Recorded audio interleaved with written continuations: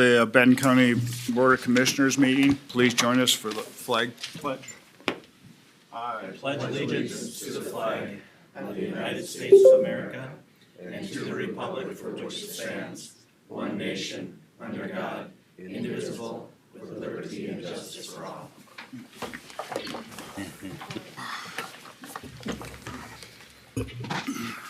Note that all commissioners are present. Approve or amend the agenda. Monty, anything to add? We have no changes, sir. Move for approval, Mr. Chair. Second. Got a motion and a second. Any further discussion? If not, I'll call the question. All in favor, say aye. Aye. Opposed? Motion carries. Thank you. County board meetings are broadcasted live and video recorded on YouTube. Please refrain from speaking from the audience area. Come to the podium so that the viewers can hear you. The county board observes Robert's Rules of Orders for its meetings, so please obtain the board's chair's consent before addressing the county board. Public comments are generally reserved for the open forum segment or public hearings. However, public comment on other agenda items may be allowed at the discretion of the board chair. As we begin today, please turn the cell phones off or turn them on vibrate. Thank you. Open forum. Really? Wow. Monty. I'm going to introduce Susan Blocker, HR Director. Susan, you want to come up to the podium and say hi? Now you're on the spot. I am on the spot. Okay. Wow. Wow. Okay, Good morning. I'm Susan Block, the new HR director. I come to you with 15 plus years of HR and leadership experience through many sectors, just not government, from retail, distribution, manufacturing, is where my career has led me. I am not in Benton County. I reside in Morrison County. I'm a mom of 6 and a grandma of 6 with number 7 on the way. So I'm very excited to join this team here. Yesterday was my first day, so a little overwhelmed, but it's been good, and I'm here for day 2, so right? Welcome. That's a good attitude. Great. Thank you. You very much. Thank for you. joining the team. Thank you, Emily. Yeah.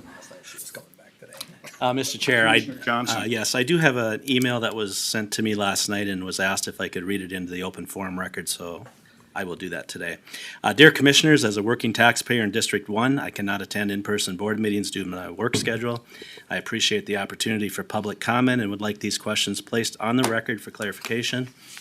I understand the board may not take action today, but I seek your responses to improve transparency and access.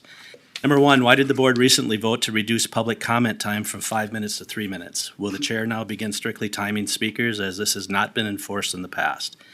Item 2, it was stated previously that the timing of board meetings would be discussed at a goal-setting meeting to make them more conducive for working taxpayers to attend, such as evening meeting times. Has any discussion occurred on this topic for 2026? Item 3, can committee of the whole meeting minutes be posted publicly on the county website without residents having to request them directly? And lastly, item 4, can preliminary board meeting minutes be posted promptly, such as within 24 hours, so taxpayers can review and prepare comments or concerns before the next meeting? It is rare that meeting minutes are addended at subsequent meetings when they are approved. Thank you for addressing these on the record. Greater transparency and accessibility would help rebuild trust with residents who fund county operations. Look forward to watching this on YouTube. Sincerely, Michael Akers, Sauk Rapids, Minnesota. Monty, I'll give this printout to you and we can together respond to them if that's okay. Yep. Thank you. Great. Thank you. Thank you. Okay, nobody else in the open forum. We'll go to the consent agenda. Consent agenda items 1 through 12. What would you like to do with that, board? Move approval. I'll second. Got a motion and a second. Mr. Commissioner Benoit. I'd like to pull items 2 and 11. 2 and 11. I'll amend my motion, pulling 2 and 11. I'll amend the second also. Okay, so we have a motion for 1, 3 through 12 minus 2 and 11. Correct? Correct. Okay, I'll call that question. All in favor, say aye. Aye. Opposed? Carries. Number 2, Commissioner Benoit. Maybe a question for Monty on that build grant. I noticed when reading through it that it has all of Chris's information listed, including his email, phone number, and everything. for contact information. Does that need to be fixed so that they know who to contact if we are awarded that grant? Page 18. You know, I see in the actual agreement itself, I am listed on the first page. Okay. I think what Steve did is he attached an old document from right before when Chris left. Yeah, 'cause We'll I make sure, noticed we'll this make is- sure they've got the right contact Yeah. information, though, sure, yeah, yeah, but I 'cause see, this I is see some me problem. listed in the actual, as I remember Steve brought this up with me, he said, you know, should you be listed as the contact? And I said, well, sure, yeah, I mean, for now, yeah, okay. We'll make sure it gets the right place, yep, Right. yep, I'll follow up. And we did, Monty, we did qualify for the refund Yep. of all of the build grant fees up front. Yep, that 30,000, yeah. This is about maybe what, the third or fourth year we've gotten this grant? This is the fourth. It's the fourth year Yeah. we got the grant. So MnDOT has been good enough, gracious to cover the cost of applying. Yep. Yeah, And that's about 30,000. Yeah. 30,000, yeah. That's what it is. If I can, Mr. Chair, Yep. I did talk to Megan at length on this as well. She may join us on our next meeting Okay, remotely, but we had talked about potentially having somebody come out there, and as soon as this gets turned in, within a few weeks, go out there and really hit it hard to try and get it around to everybody. So there has been talk about the APO going out there, and if that time frame works, that'll work perfect. My spot would be taken care of by the APO. Okay. So, but if it doesn't work, because we usually go in fall, then we might have to figure something out. it's the end of February. Yeah, this is our year. Senator Smith is done, Klobuchar is going for governor, and we got Emmer as the whip, so. And they're all signed on it too, which they have been for the last couple of years. I'll move number 2. I'll second it. Okay, we got a motion and a second for number 2. All in favor, say aye. Aye. I opposed, motion carries. Thank you. 11. This question is probably for Troy. And it is just a clarification and the information I can get later. But Tri-County Humane Society, it's the or the agreement with them. Can you get me, whenever you get a chance, I'm sure you don't have it on you, but in like last year, 2025 or 2024 even, what we paid, the Sheriff's Department paid to the Tri-County Humane Society through the Sheriff's Department? I will double check our records. My suspicion is probably zero. This is a very low frequency service. However, if we happen to have need of impounding a dog, for example, that's bit somebody and the owner isn't doing their part, we need to have somewhere to bring it, or we need to have somewhere to go. It's a very unlikely that we're gonna use it, but we need to have that available to us. Yeah, I agree, but in the contract, it says this is what they charge the Sheriff's Yes. Department and whatever. I'm just curious over 2024 and 2025, what the Sheriff's Department actually paid out to the Tri-County Humane Society? Okay, I will look that up and confirm that, but again, my suspicion is zero. All right, thank you. Yes. I'll move 11. Second. Got a motion and a second. All in favor?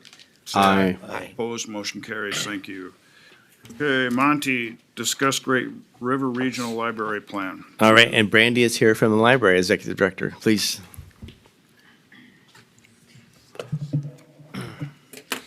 Good morning, everybody. Morning. Morning.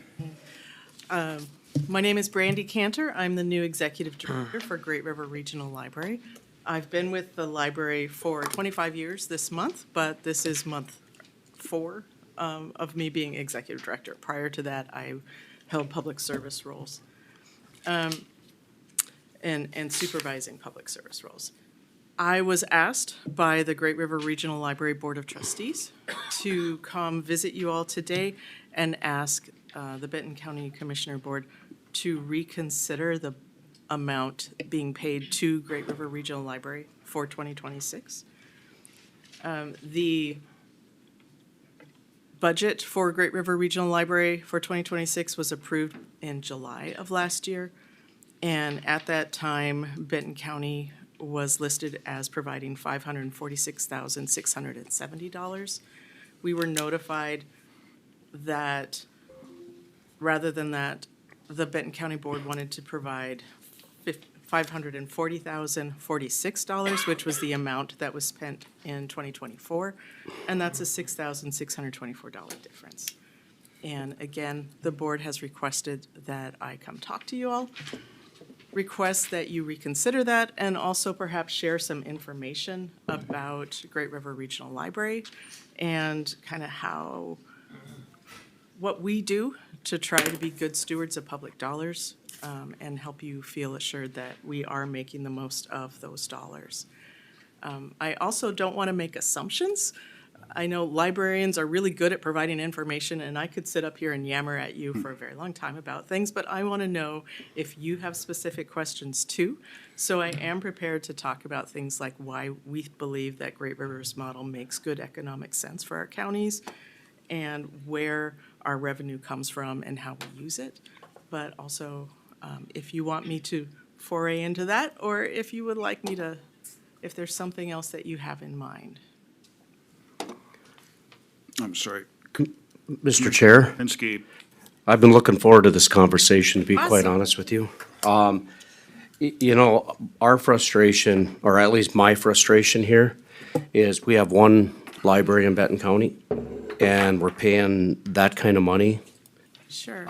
And then if we don't pay the extra $6,000, you're gonna take it out of Foley's library operating costs, is what we've been told. Right, so that It- was, yeah, that Yep. was the directive I was. I'll finish here. And I look at it this way, in the days of everybody doing cutbacks, why is a library that seemingly users are going down, why does the budget keep going up?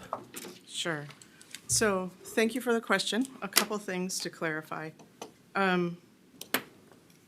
The directive that I was given from the Great River Regional Library Executive Committee in December was to look for ways that the library could potentially reduce services without negatively impacting those counties that are planning to provide the full amount that was agreed to. Because of the way that Great River is structured, there aren't that many options for us. We have a structure. I'm so sorry. No, I don't think it's on, or it is on. Okay.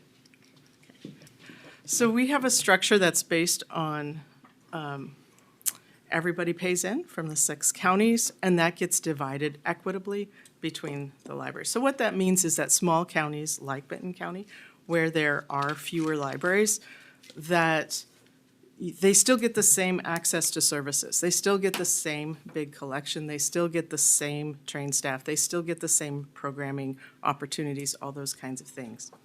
So it's that equity of service model. We also have a floating collection. That means that every item that's in the Foley Library right now is jointly owned by all those 6 counties through Great River Regional Library, and so everybody has that. What that means, though, is that there are limited options for us to isolate what kinds of impacts could be on one county. And unfortunately, open hours is pretty much the only one that I had to recommend that filled the brief that I was given by my executive committee. So it was brought up at the meeting last month, whether or not to do this, and that was when the board said very clearly they did not want to make that move until I had the opportunity to come back and talk to you all. A couple other things that I'd like to mention is that with Benton County, while there is only one library that exists within the county geography, there are multiple libraries that are within driving distance of Benton County residents. And the actual number of borrowers from Benton County has been increasing over the last few years. In 2023, it was under 6,000, and as of January 1st this year, it was 6,600. So that number is increasing, and people use the Sauk Rapids, or the St. Cloud Library, they use Royalton, other libraries like that. So yes, there is one library physically within Benton County, but your population is using multiple libraries. A follow-up? Please, go Sure. ahead. So if we agree to pay the $6,000, can we get one in Rice for that $6,000?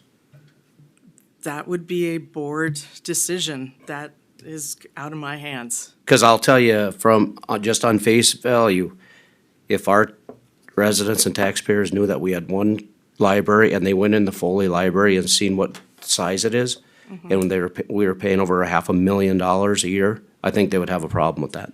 Yeah. A very significant number of Benton County residents use the St. Cloud Library as well. So that, And that's because most of them are from Sauk Rapids area. That's why, because it's the closest area and closest to get to the library. You know, what's interesting is that I think it's 3 or 4 years, it's raised $30-some thousand, you know, for a sense of one yes, it is. Sure. We've got documentation of that, sure. you know, and that's what's disheartening too, even though we say we've got Absolutely. one library, but we use multiple libraries. If we're using multiple libraries outside of the county, then why is our rate keep going up more and more? Fair question. So the amount that each county pays is based on a formula of population, borrowers, and net tax capacity. Depending on how things change, that could go up or down in any given year.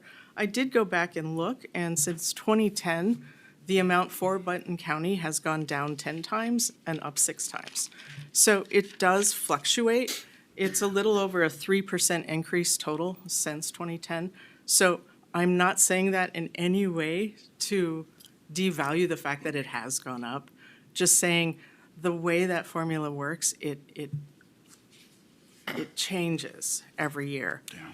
We also really try hard to do things like if we have surplus one year, we'll put it into for the next year. So that, and that goes to offset the county amounts to try to keep them down. A few years ago, we reduced the amount of capital investment that we were requesting from counties, again, to try to keep that amount down. So, you know, prices for everything are going up. We work really, really hard to try to keep the prices down as much as we can for our counties. Commissioner Pop. A lot of that discussion what you're having, Jared, is that all went through the executive committee when we did it. And yeah, they looked at like, how could you not strictly penalize Benton County?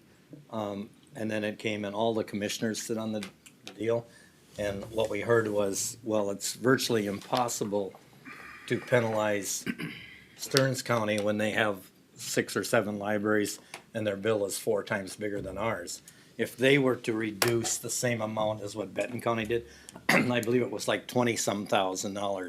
Yeah, if everybody went back to 2024 levels, it would be approximately $127,000 reduction for 2026. And most of the commissioners felt that it wasn't fair to penalize those counties, and they were commissioners from other counties, to penalize them for that deal. And then, you know, some of the questions brought up was, well, can we cut something from the St. Cloud Library, and it looked like it was too much of a staff deal to try and figure out, you know, what you would cut with a small, the small amount.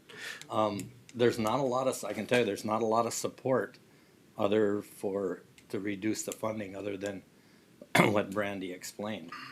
But that's another problem we have is our lack of, we'll call it, voting rights on that board. I know that, yeah, That to me seems like we're in a contract, no different than probably airport or anything like that, we're stuck. We can't get out of it, and we need to be in it, and we get told we need to pay this, and that, and And we have one vote. we got one vote.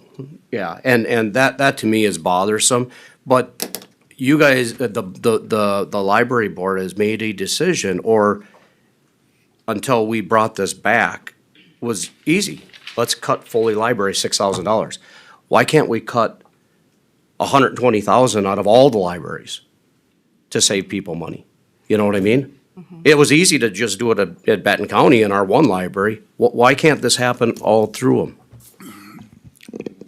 them? The question I also have, catching up with that, is that, if we're considering St. Cloud, where half of the Foley residents go, half that 66 should come off of St. St. Cloud Cloud. too, though. So it should be 3,300 off of St. Cloud, because if 50% of our, And Royalton. in Royalton, if they're all going to the St. Cloud Library, then we should be splitting the cost too.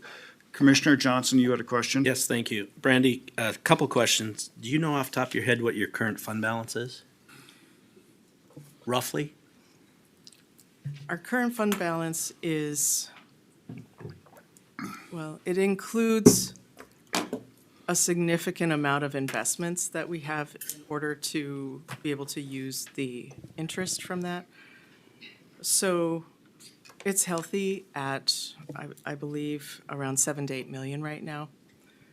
But again, that is not liquid. That is what we have that's tied up in investments, because $350,000 is what we have budgeted this year based on interest from those investments. Again, we work really, really hard to try to make good decisions that support the counties so that we don't have to lean too hard on you.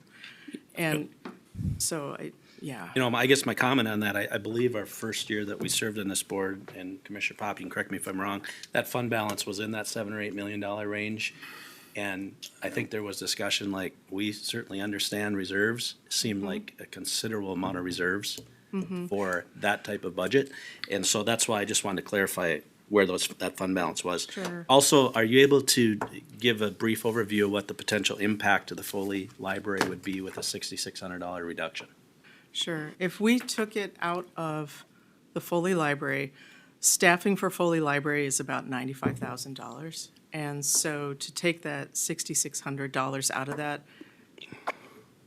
I don't know, it ends up being 3 to 5 hours a week, probably. The Foley Library is not heavily staffed, and so a little cut goes deep. So just that right there absolutely floors me. We're paying in over $500,000 and our operating for staff is under 100,000. So we got 400,000, well, let's even call it 300,000 going to other counties. It's going towards the collection and services and other things like that. And so it's not just staffing that is happening for Benton County residents. So I think this board needs to see where the other 440,000 or 50,000 is going. Because if we're paying in 540,000, our staff is 95,000, we need to see a detailed list of where that 440,000 is going. Well, and Mr. Chair, correct me if I'm wrong, but I believe the city of Foley provides the location, Yes, they the do. utilities, the building, so Yes. there's no investment there from the library system operating that, right? No, the library system provides the personnel, Yeah. the staff, the collection, that's both physical and digital, as well as the technology. It also provides the access to things like legacy funding for programming and things like that. So I understand, I hear what you're saying in terms of where's the other 400,000, but it is being used to benefit Benton County residents. We have a lot of folks who are library card holders who don't come into a physical library. They use online services.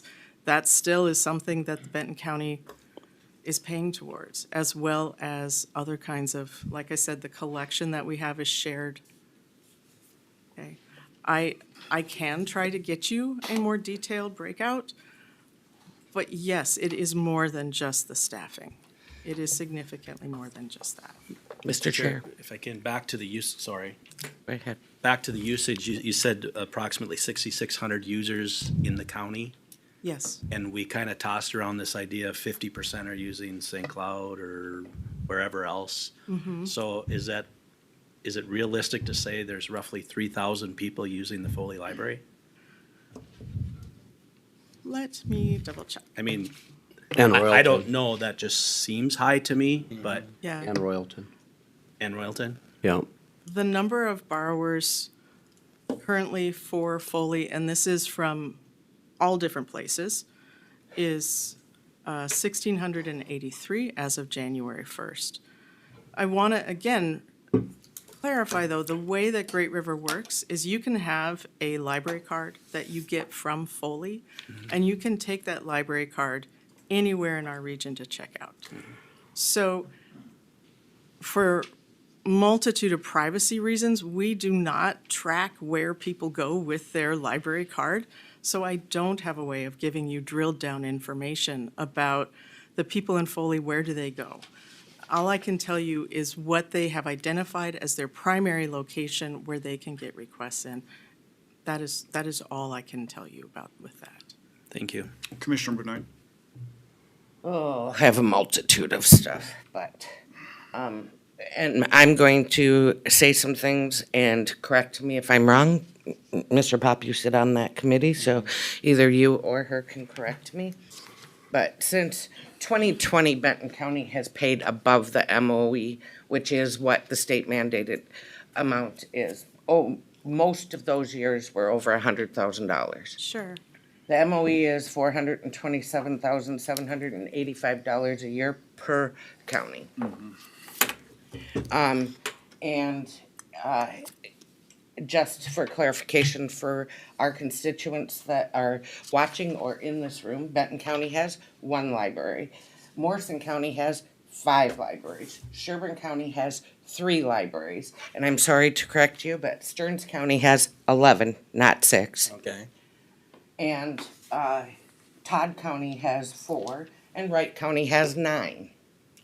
So, and you keep saying that this many users. Now, my question to you is that, are those actual users, or is that actually every time someone comes in and swipes their card? So if someone comes in and swipes their card 10 times to say they've been at the library, does that count as 10 people or 1 person? Because in the past, when we asked at our budget meeting, they weren't able to clarify that. Sure. So I am talking about individual borrowers. A patron can only have 1 library card at a time.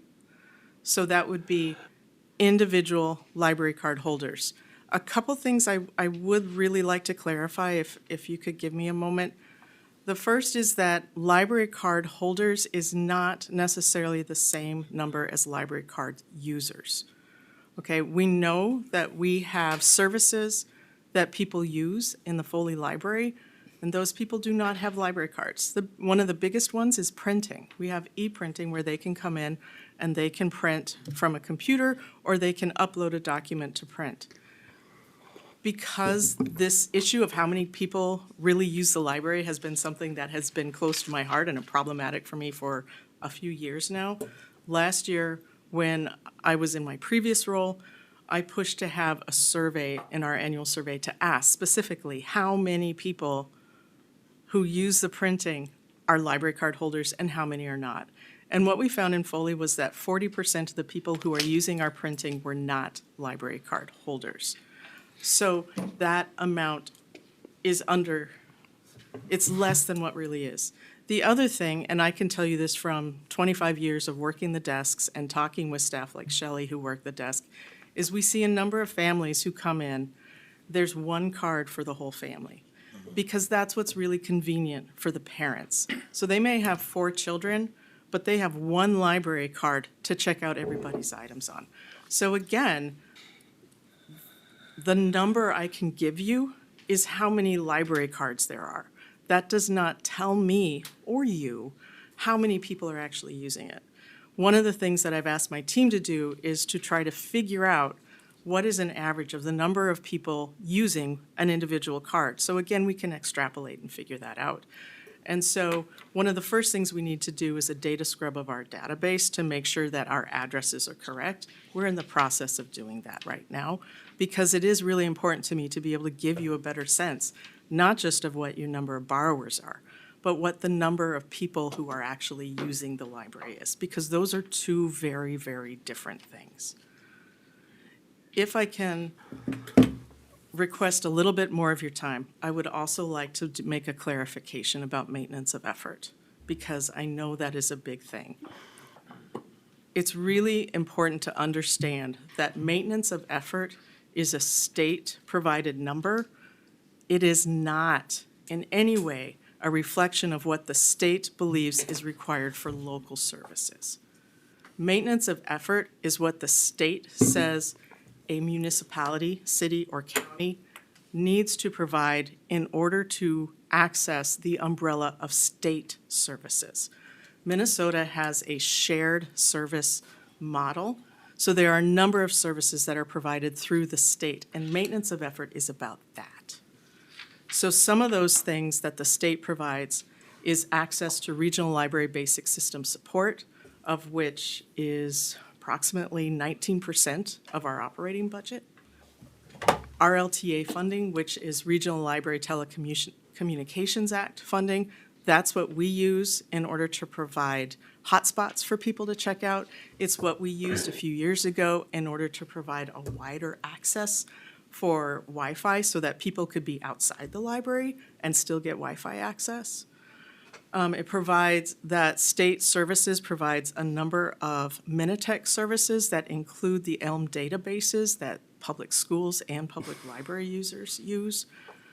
The statewide interlibrary loan, as well as support for a 24/7 Ask Min process that provides, basically it's a consortium, online consortium to provide homework help and references. So that's what maintenance of effort is. It's not how much the state thinks a community needs to provide for local services. I've been just chomping at the bit on this one.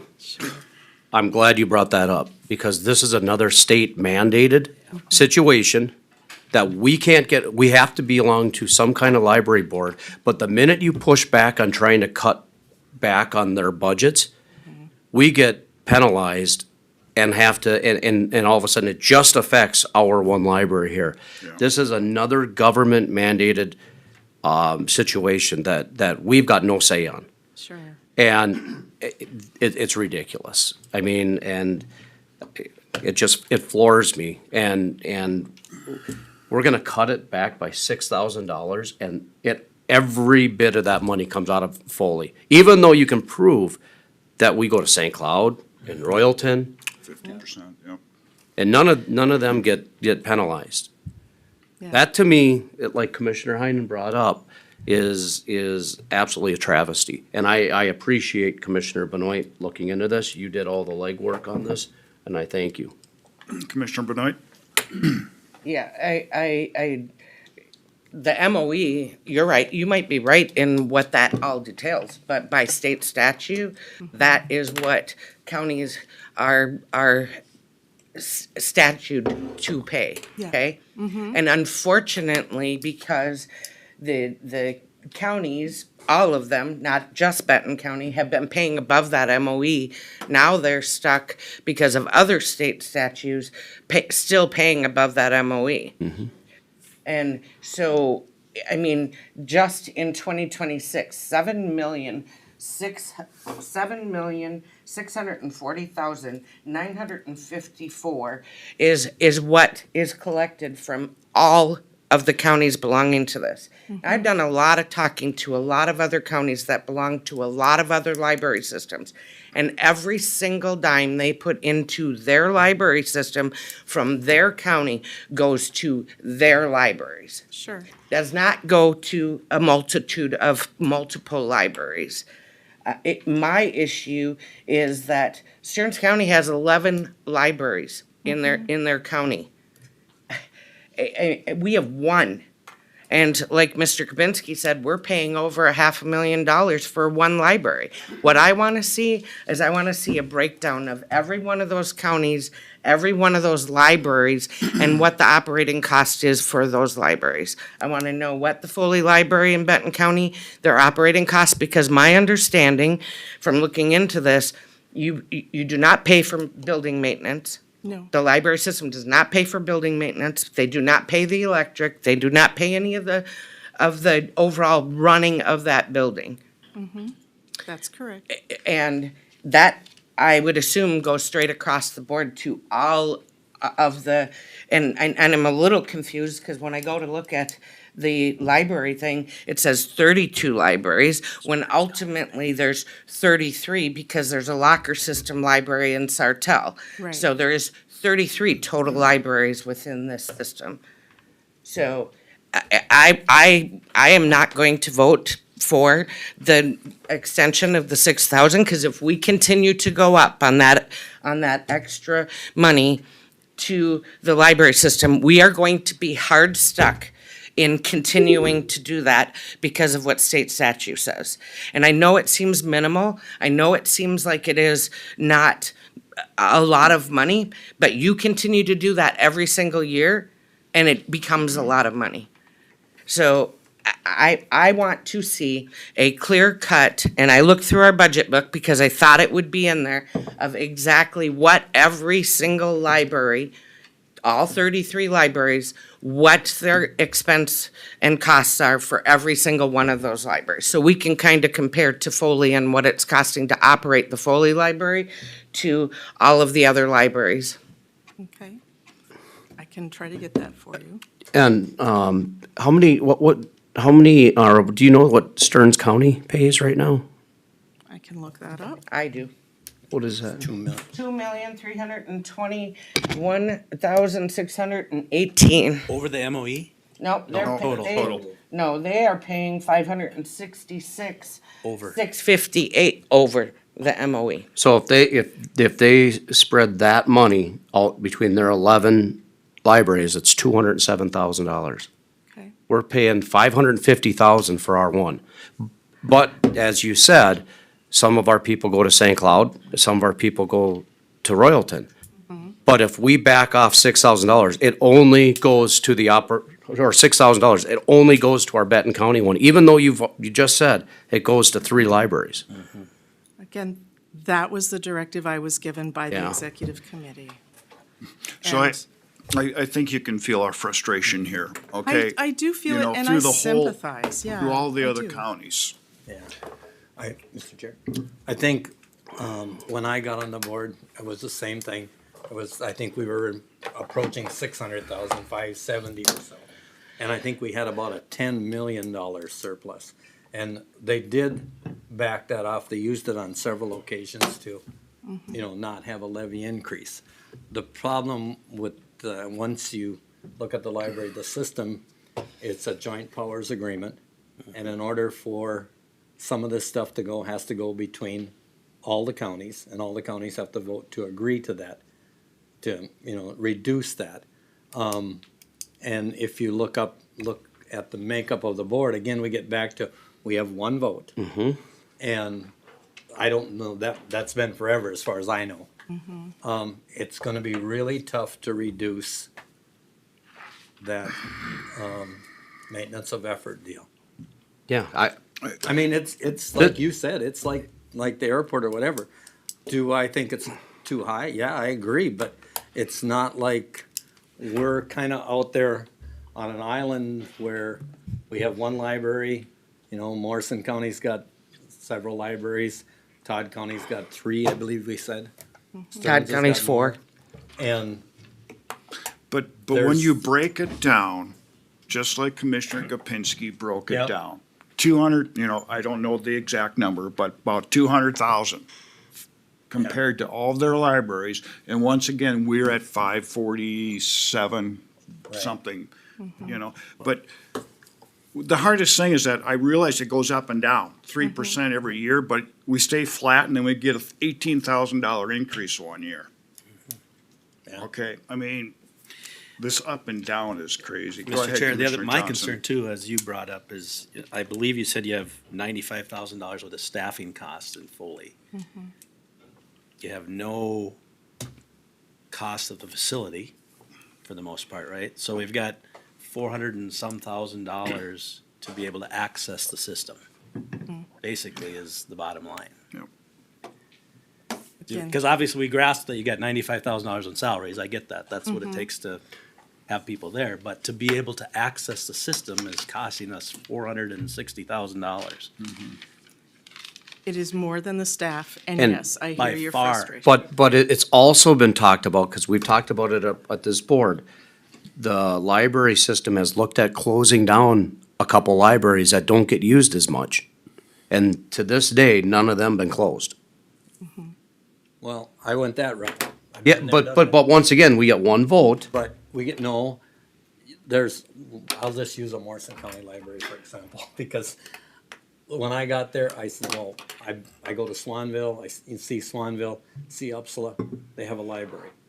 And I asked the previous executive director, like, why? Why do we have it?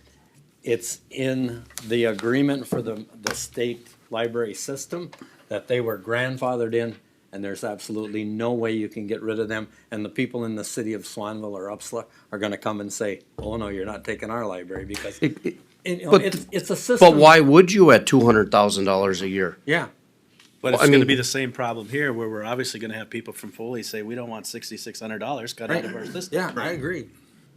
To be quite honest with you, if we added one in Gilman and Rice, it would probably be cheaper for us it will be cheaper per library. Cheaper per library. Yeah. Cause our fee, it would go up minimal to add 2 libraries. But you'd have to get your city to agree. The city's gonna take on all the, Yeah, Yeah, the exactly. yeah. But there's my point. Yeah. The system, I mean, to say a lot of this stuff goes to online, I mean, we know that online doesn't cost that much. It doesn't cost $450,000 to do online. And there's other things that go into it, but Mr. Commissioner Chair, Johnson. to that point, may I ask, Sarah, do you know off the top of your head roughly what the city of Foley pays a year in that facility? No, I don't, we're doing the report right now, to be honest, for this year, cause they just made the request. But, I don't even wanna guess right now, honestly. No stab at it, 100,000? 50,000. It's not 100,000. Okay, I mean, you gotta realize we own all the equipment already, we haven't, the minimal maintenance stuff, like we did carpet, we've done painting, you know, it's not 100,000 a year. how many square feet is that? I don't have that off the top of my head. I'd have to look, I'm sorry, I'm just And- not good, I don't like to pull numbers out of is my it fair head. to say the city would have had to make the investment though in the equipment that you're talking about? I mean, at some point, We did initially, okay. yes. And so you the own city- the equipment, We own all the furniture, The Okay. furniture. bookshelves, tables, you know, the desks, those type, we own all that. They own the computers. Mhm. They own the, you know, the staffing obviously is provided and all the, like, books, you know, Sure. newspapers, things like that are all Great River materials. But we own all the physical, the building stuff. yep, okay, thank you. And I know you're just a messenger. Yeah. Yeah, I do know that, but you're getting our frustration, our Yeah. heavy frustration. And I have been hearing frustration about state mandated costs and concerns about rising costs from every commissioner I've spoken to. I am not personalizing this. Right.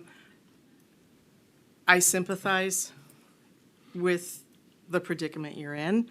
I also am in charge of a library system, and it's my job to try to make sure that we continue being able to provide services.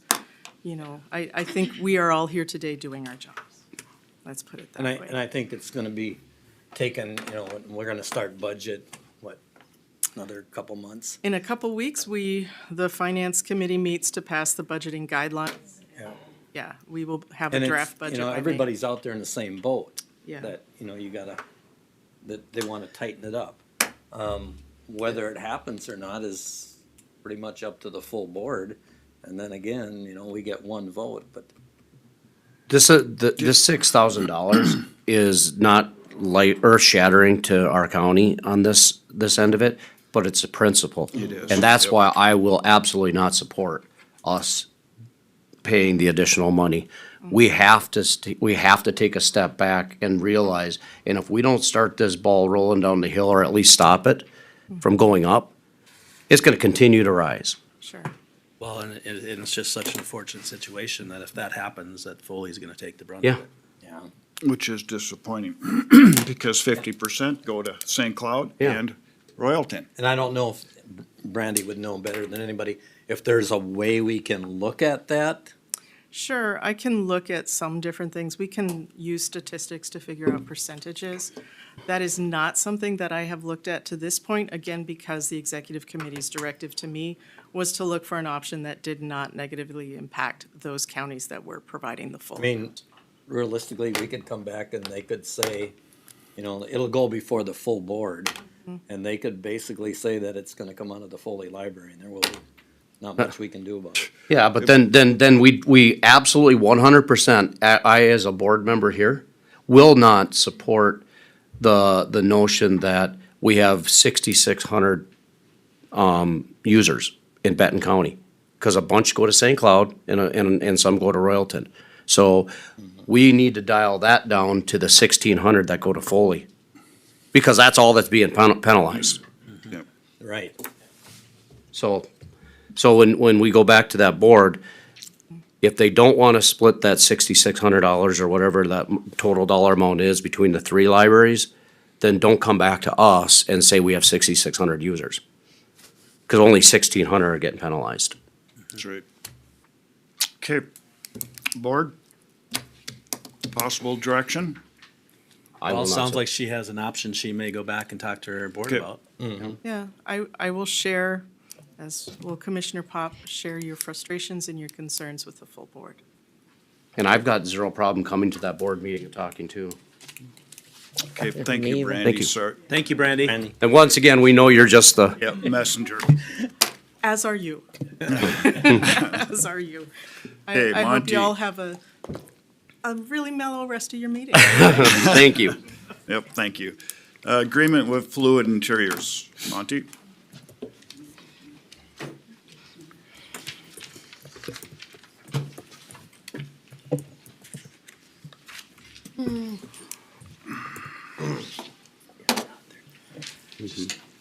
We're going to use the agenda item, Mr. Chair, to explain this issue. So at your last meeting, the board agreed in concept to go with Fluid as our furniture, fixtures, and equipment provider, FFE. There was direction for staff and a couple board members to meet with Fluid and GLT to discuss potential not to exceed numbers for what I call the soft costs. And those amounts are shown in the agenda item. You can see there's three components to this. Design, 15,000, again, not to exceed. Project management, 20,000. Installation, 160 for a grand total of 195. The agreement itself includes some additional description about what those things mean. Design wasn't initially, I'm sorry, project management was initially delineated for us, and they added some discussion about what that means. Basically, it's overseeing mostly the installation. Excuse me. And as I note here, this total amount is about 13% of the $1.5 million FFE budget. The agreement also establishes with great clarity that the purchases of furniture will be through the Omnia National Purchasing Alliance. I first heard about the word Omnia when actually we visited with Wright County. All their furniture was purchased through Omnia. And recently, the folks at Fluid told me they used to be known as U.S. Communities, and I'd heard about that for a long time. I guess they rebranded as Omnia recently. And I should mention, if you do have questions, I know Becky is with us online. Also, Mike from Fluid, they're joining us online. I know Becky was driving, so she may defer to Mike if you have questions. So I think I wanted to stress that, Mr. Chair, and that is I'll go to, I included in your packet the statutory reference. It's Minnesota Statutes 471, subdivision 15. It says basically if you're not going through the state's cooperative purchasing venture, you can also purchase through, again, what's described as a national purchasing alliance or cooperative created by a joint powers agreement. So this satisfies that requirement. And I should back up for a moment because I know a decision was made a long time ago is that we would attempt to leverage state contracts and not put this out to bid per se. And I want to just make it really clear is that using a national purchasing alliance satisfies the state requirement for competitive bid. So make sure that's clear. Mr. Chair, just for clarification on the state contract, when they get awarded a state contract, they already bid that against multiple companies at that time. So it's not like it wasn't out to bid. They have to go through a whole procedure to get on the state contract. That's why they're on that contract. Certainly, they're doing a lot of work for us, and we greatly appreciate that. Mr. Chair, I believe that is all I wanted to cover for you. Again, if you have questions about some of the details of the agreement, Mike and Becky are available with us from Fluid. Board, any questions, concerns? Mike or Becky? Okay, what would the board like to do? Move for approval, Mr. Chair. I'll second. Okay, we got a motion and a second. Any further discussion on this? If not, I'll call the question. All in favor, say aye. Aye. Opposed? Motion carries. Thank you, everyone.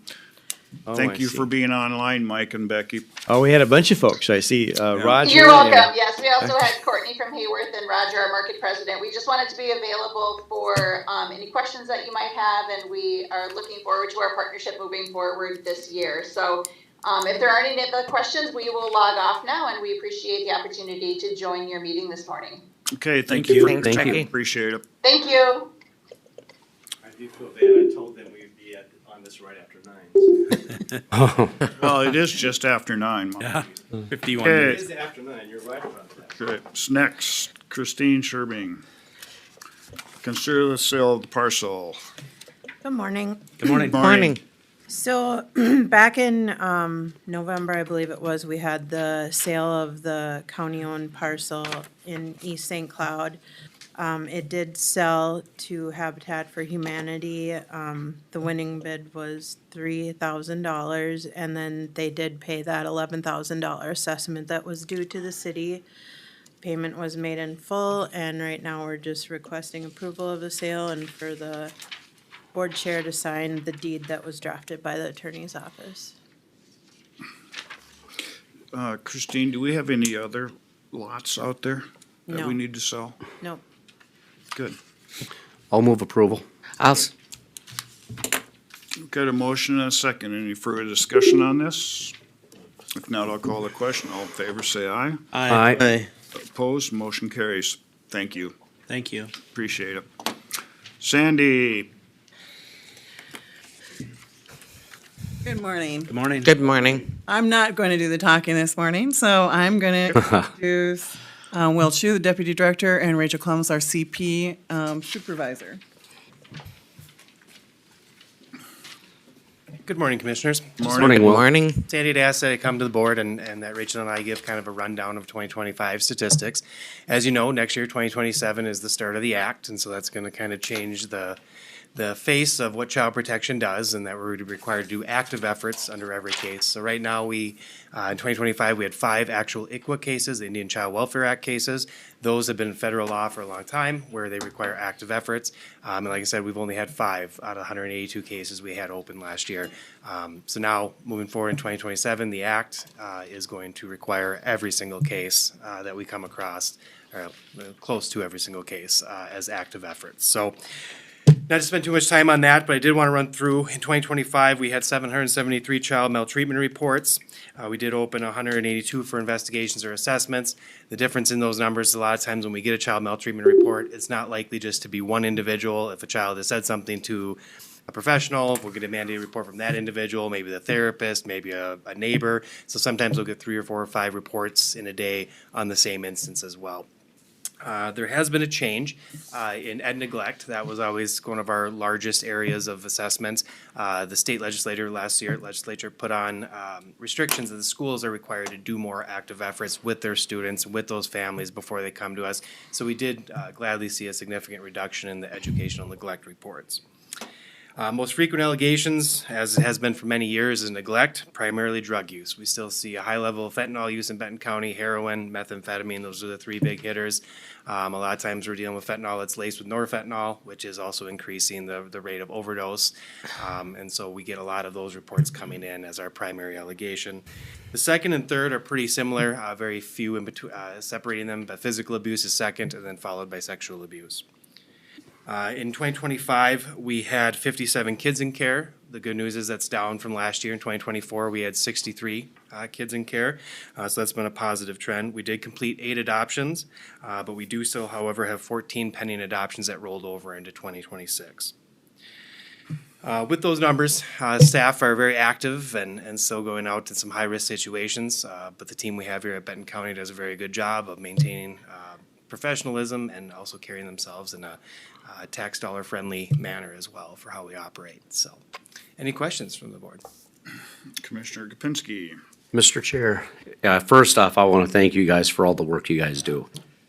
But not that I want to go back to the library, but this act is exactly, again, what we just talked about. Government mandated, they're not paying in for it. Right. This is all on the heels of our taxpayers here. And how many people do you think this will affect? I heard you say 63 at one point. Well, so it's 63 kids in care. As Yep. far as our 182 cases we opened, it's going to be almost every case because they didn't define the state did not define disproportionately represented individuals very well. It started out initially when it was first developed into law as African-American children. It has now changed and transformed into anybody disproportionately represented. So, for example, a single mother in poverty has children. They're considered to be disproportionately represented as well, regardless of race. So we did estimate it's going to be anywhere from 97 to 99% of our cases because we very rarely get a case of a middle-class family or anybody of socioeconomic status. So we heard at the at our district, or our AMC, or MICA meeting, that they're saying roughly for every 6 cases, you need an employee? Estimates, I don't think anybody really truly understands what it's gonna mean. You know, you have Hennepin and Ramsey that are the first piloted programs. They were given a total of $2.5 million apiece, which is nothing compared to Yep. what they've had to do. And they have tried to operate without increasing their staffing. The last time I heard, they're only at about 60% of their cases, and that's almost 2 years into them piloting this program. So I know MICA, MAXA, and AMC are all making position statements with legislators, hopefully to get some change and to maybe clarify and maybe reduce it back to African-American children or try to define disproportionately represented youth as well. So I am hopeful. There's been a lot of discussions when I attend MAXA with Sandy. There's many discussions. People have very strong points on we don't have the money. We need to be given some money, and so it's not all tax levy dollars. But right now, there is nothing in the law for that. So if you look at that, just dialing that down, even if we took 15 cases, that would be 13 more employees.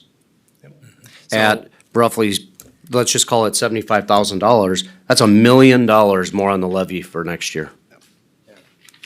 So we have no intent to come and ask for that. Yeah, and Will, we know that this is not you guys. Right. Absolutely, and I don't disagree with you, Commissioner Kapinski. I think this law it could lead us down some different paths that we didn't want to go, and could really cause some funding stretches. But what we're already looking at, Sandy and I, Rachel, we've had discussions already. Is there some ability to repurpose? Is there a way to shift what we do? Is there a way to make our practice even that much more efficient? Because when we did our initial assessment, now numbers have changed over the years, but we were looking at potentially 4 new staff, to start out with, but that's not even an ask, recognizing where the budgets are at in the next couple of years. We recognize we got to make do for essentially with what we have. Yeah. Commissioner Pop? So basically, they're telling us that our people ain't doing a good enough job. We're not gonna fund you to do a better job. And we're kind of stuck between a rock and a hard pin because every one of us up here wants child protection. We don't want anybody falling through the cracks or left behind. I mean, you're kind of like, so. I asked the question, I said, how many other states are doing this? And nobody had that answer. No. Yeah. So I was on a meeting yesterday too, and we brought this up to Chair Mary France, and they said that they're gonna try to work in the legislature this year to do a 2-year enrollment. Because that's what Hennepin and whatever county. Yeah, the Ramsey phase-in County. program. Yep. So they're trying to get it to a 2-year program for all of us outside the metro area. Mr. Chair, Will, just for clarification, if this would have been in place in 2025, instead of the 5 cases you talked about, you'd have basically been at 182. Right, Commissioner. So it's not a far stretch to imagine that we're gonna be looking at 185 cases in 2026. I think that's a fair statement with the population that is typically involved with child protection. And Talk about active efforts. I mean, that, so for example, reasonable, I can send somebody that's addicted to, drugs to treatment. We can pay for a tri-cap ride to get there. With active efforts, if there's no culturally specific programming around here, so for example, Twin Cities, workers are gonna have to pick up that individual, drive them to the cities. And, But in 2025, the 177 that weren't active would have became active. correct, Right. you're right, Yeah. correct. in all honesty, this dwarfs what that over here costs, Yeah. the building. Oh, my. Yeah, it dwarfs it. And them are the things that go into the levy that a lot of taxpayers don't understand. And the thing that we've got to be very careful about is making sure that we don't overwhelm our employees. Because that's what's gonna happen. We're gonna burn our employees out, and then we're gonna be losing employees that we can't get to come in to Right. do those jobs because of how many hours they're gonna spend. Cause they're already dealing with situations that are not, we'll call it, pleasant situations right now, so, And it takes special kind of people to deal Yes, with it them kind does. of Yeah, oh, yeah. situations too. yeah. Any more good news? I'm trying to put a positive spin on it. No, Yeah. I agree. No, none of us are really looking forward to this change coming up, and it really is gonna change the face of, and is it necessary? It's it'll remain to be seen. But- In the future, Mr. Chair, I think these guys would be well suited to be at some of these like MICA meetings and stuff like Yeah. that, so. Yeah, sit on panels and share that. Yep, exactly. Thanks, Will. You're welcome. Thank Appreciate you all. it. Thank you guys, and once again, we do appreciate what you Thank guys you. do. Yeah. Well, how about a little ray of sunshine to follow that up? We'll ask Lindsay to come up here. I don't know if she wants to. Good morning. Good morning. Good morning. Just here with some financial assistance, SNAP updates, so the Supplemental Nutrition Assistance Program. So the state does set some benchmarks for us as far as timeliness processing. So 95% is the goal for processing SNAP applications within 30 days of receiving that application. We are at 95% in the third quarter of 2025, and then the state average was currently at 83%. Nice. And then they also want to see a 95% goal for processing expedited SNAP. So expedited is just certain applications that meet criteria to be processed quicker within a 7 calendar day time period. We are at 85% in the third quarter of 25, and the state average is at 51%. So we've done some things to try to up those rates. We've implemented some new processes. We've been doing some texting to clients to remind them of their appointments, which has been very helpful. And then also we've been attempting to schedule all SNAP applications within that 7-day time period to catch any that could be expedited. So we're paying close attention to these rates due to the potential financial implications to the counties if we aren't meeting those state benchmarks. So just an update there. Any questions? I know you guys are doing a great Yes. job overseeing this. Commissioner Johnson. Mr. Chair, Lindsay, so you're texting clients to remind them about their appointments. So if you have 10 clients that have appointments, how many are missing appointments? Because I feel like there's a whole nother step now of holding their hand to make sure they're coming to the appointment that they're asking to be at. Yeah, so they're all phone interviews. Nobody's required to come into the office for interviews. But that is the hard part, is trying to reach them. So initially, when we get the application, we have staff that reach out, try to contact the client, and then schedule that appointment. Lots of times we're leaving messages, they're not calling us back. So, again, we've been doing that texting, which has actually been helping because people seem to respond better to a text message than they do a voicemail. Just hearing you say there's a lot of staff time spent chasing the tail here for people who are asking for benefits, Some, yet aren't necessarily returning calls or attending meetings that have been set up. but I think these rates are reflective of our texting, and it is helping. So The increase, we've yeah. seen an increase. Well, and it doing obviously that. much better than the state average. Yeah. Okay, thank you. And to recall why we are trying to improve that rate Yeah. is because the county will likely have a percentage of cost to pay in 2027. depending on our rate. Right. So we need our error rate Right. To be high. higher than lower. So that is why this has been an especially big area for us to look at, because this could eventually, not that we're trying to drum up business, but Right. every time a client doesn't call us back and doesn't meet with us, that affects our rate and eventually will cost us money. So, Cost us money again. I just So don't get it. that's the attempt. That's why we're texting. That's why we're changing the way we do our system, because of the Future. federal changes. Thank So you. just Commissioner make sure you understand that Gopinski. That's the reason. oh, Commissioner Gopinski. this has been the longest hour, I Yeah. think, that I've had in a long time. Time report. No, this is good. I so appreciate what our staff does. Yes. And the general public probably doesn't see that.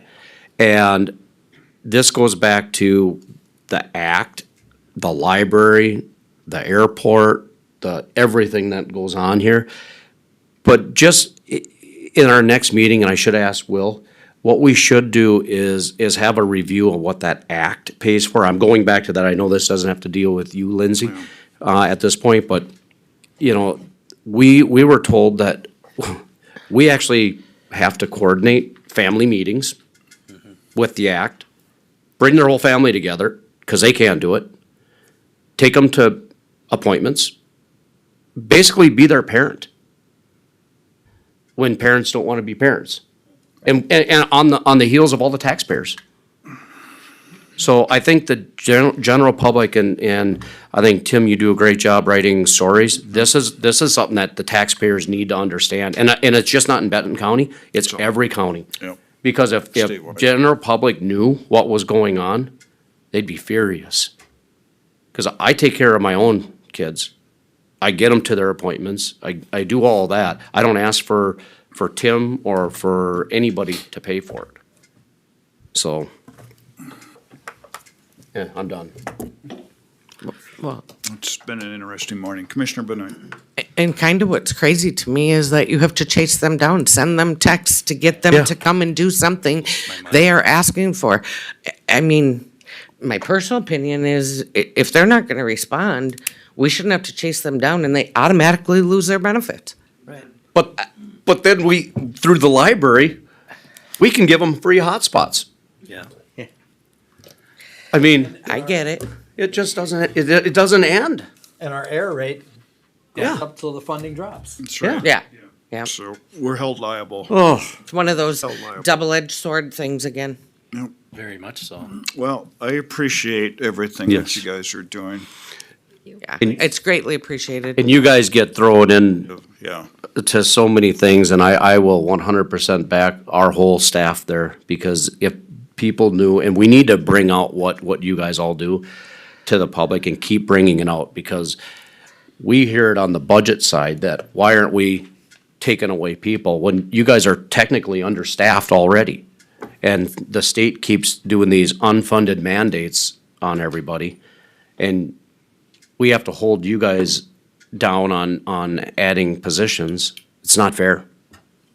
Well, and just to go back on the texting, that's automated, correct? Somewhat, so it's Yeah, not that people somewhat are automated. texting. No. but Yeah.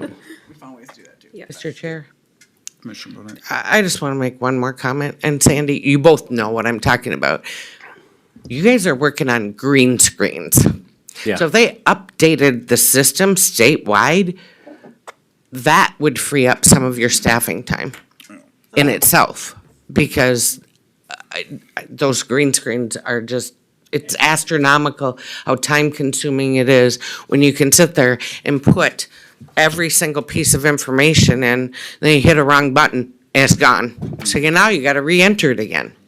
It's just, it's beyond my comprehension that the state doesn't step up when they're requiring and demanding this stuff from every single county, and they can't Do it themselves. figure out where the funding's gonna come from to bring the computer system out of the dinosaur age to be able to help with those. It's ridiculous. To jump on what you just said, it blows my mind to know that we went through billions of dollars of surplus, billions of dollars of fraud, and we can't upgrade our technology so that we can save time, energy, and money all the way across the state is absolutely insane. Well, and to add on to that, one thing I picked up that the thing that you and I were at on is you take these 22-year-olds that are coming in with a desire to provide, to help people, right?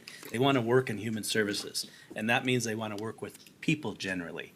But they're spending 6 hours of their day trying to work on an antiquated equipment and programs, and they get flustered, and guess what? Out the door. These people are coming in with the ability to use these. They're not interested in AS400 systems from the 80s and the 90s. And then they leave, right? And it's so costly. You've trained them. They've spent some time here, and then they're out the door. And now we're back at the hiring frame again. And retraining on green screens. And retraining, the same thing. Well, Sandy, do you have anything else for us? We'll get off our soapboxes, Sandy. Spread my little ray of sunshine. Thank you. Well, we Just appreciate know we're it. We do behind you. appreciate it. So thank you very much. Thank you. Have a good day. And Sandy, please thank your whole team. Yes. Right now, we'll reconvene the county board and turn it over to Commissioner Johnson to do the ditch. Okay, thank you, Mr. Chair. We'll call our ditch authority meeting to order at 10:10. Please note that we've had a roll call, all commissioners are present. Approval or amendments to the agenda. Adam, anything you need to change or add to? Members, is there a motion? So moved. Second. Motion is second to approve the agenda as presented. All those in favor? Aye. Opposed is carried. Move on to an open forum, part of our ditch authority. Anyone here in the audience or online that would like to speak in open forum for the ditch authority? Last call? All right. Move on to our consent agenda. One item approving or amending the ditch authority meeting minutes of the January 20th, 26th meeting. I'll make a motion to approve. I'll second. Motion is second to approve those meeting minutes. Is there any further discussion? Hearing on all those in favor? Aye. Opposed? That's carried. Move on to Mr. our. Chair? Go ahead. I just want to make another comment real quick before he gets going, because this has to deal with what we've got coming up. As I've said before, this goes back to the act, this goes back to the library, this goes back to what Lindsay and all the way down Airport Authority. There are so many things that come up with these ditch systems that are completely out of our control. Right. Completely. It's all mandated. Yeah. And then when they're out of our control, the constituents don't see the Bowser, the DNR, the wetland, all of this stuff that we have to deal with that we have no say on. But we're in the forefront of everybody. It is getting so frustrating to have to keep going back to government mandated things that we get to sit up here and tell the public that you gotta do this. We don't have a say. We can't put it on all the taxpayers because it's gotta go to the ditch system. All of this goes back to things way above us, Way before us. way before us, way above us, and we have to just grin and bear it. So I'm done. Thanks. Thank you, Commissioner Kapinski. All right, we'll move on to a regular agenda. The first item, review the quotes for ditch maintenance of CD 9 and 14. Adam, Good morning. good morning. Good morning. Hopefully bring more sunshine to you guys. Yeah, so the first agenda item here, our last meeting, we talked about quotes for ditch maintenance on CD 9 and 14. The quote did not have a not to exceed cost, and you all requested that I add that to the quote. So like last time, we had 4 quotes. I resent those quotes on 1/20/2026. That was the day of our last meeting. And then I had a due date of last Friday, the 30th. So the 4 quotes, I'm gonna scroll down here. I'm gonna hopefully zoom in at least a little bit here. I was looking too. There's a lot of information here. But basically, this section here, the estimated, is what was given to you last meeting. And this was just their estimate on how many hours and their hourly rate that they believed they could get this mowing done in. These 2 boxes to the right were what I got back for a not to exceed number. There was another company called Tree Story that they did not get back to me with a not to exceed number, so I did not add them here. Obviously, you can see Hellman Construction does not have a not-to-exceed number as well. I was in conversation with them I sent them 2 emails, and I also got a phone call from them last Thursday, and I told them, please send me a not-to-exceed number by the end of Monday, which was yesterday. And from now, I have not received a not-to-exceed number from them. I got a call from them stating that they would get it to me, but I have not received anything. So I kept them on here just to let you know that I was in conversation with them, but received no numbers. Basically, the main table here is this bottom one. In the middle, it has their totals that they estimated, and then here are the totals that they gave me that they were not to exceed. Holy. So M&L over doubled their not to exceed number compared to their estimate. How could you be 50% off? Yeah. I mean, Yeah, basically what M&L told me in their email back to me is this is the worst case scenario. I don't know what that involves. We've obviously never worked with M&L on ditches. I know we've worked with them on our parks and on such. But the one thing here, Cars Tree Service, they're out of Otter Tail, I believe. At least the person who sent me the quote is. And they basically stated that their estimate was their not to exceed number. I like it. Adam, remind Well, me, did that's- we have references on Cars Tree Service? I don't believe we've worked with Yeah. them at all. So I know this isn't in your board packet because I wasn't able to get this information until last Friday. But I did scroll down here. I went on their website to look at kind of their references. I didn't get any from other counties. But they do have government work.